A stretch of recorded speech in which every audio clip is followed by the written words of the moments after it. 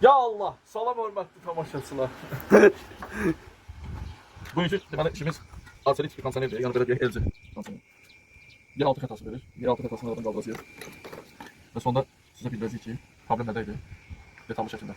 Spatol deyil. Biz istəyirik ki, kimlər söylənsin. İnşallah videonun sonunda görəcəksiniz. Deməli, spatolda sökdük və təyin edirik ki, burada blokların istəsində diodmosumuz xarab olub. Diodmos sökmə deməkdir. Bu işləyəndə bu işləməyəcək. Üzərindən çıxan budur. Üzərindən qoyuruq. Çıxır burada. Buna bir şey kapama demək.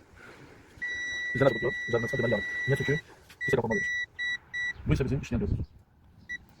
İşlettirir ben işlettim. Ve əlavə burada yanlış detallar da var. Onu da videonun devamında göstereceğim.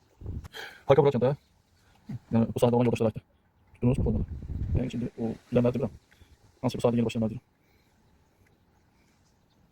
200'lü platadır bunlar. O yüzden bu yüzden bunların en 200'lü parka destekmiş. Allah. Deməli, arterik kondisioner bayaqdan təmiri ilə bağlı başladı. İşimizi bitirdik. Yanan detallar çək. Şimdi inşallah işləməni də göstərəcəksin. Bu da gördüğümüzün işin nəticəsi.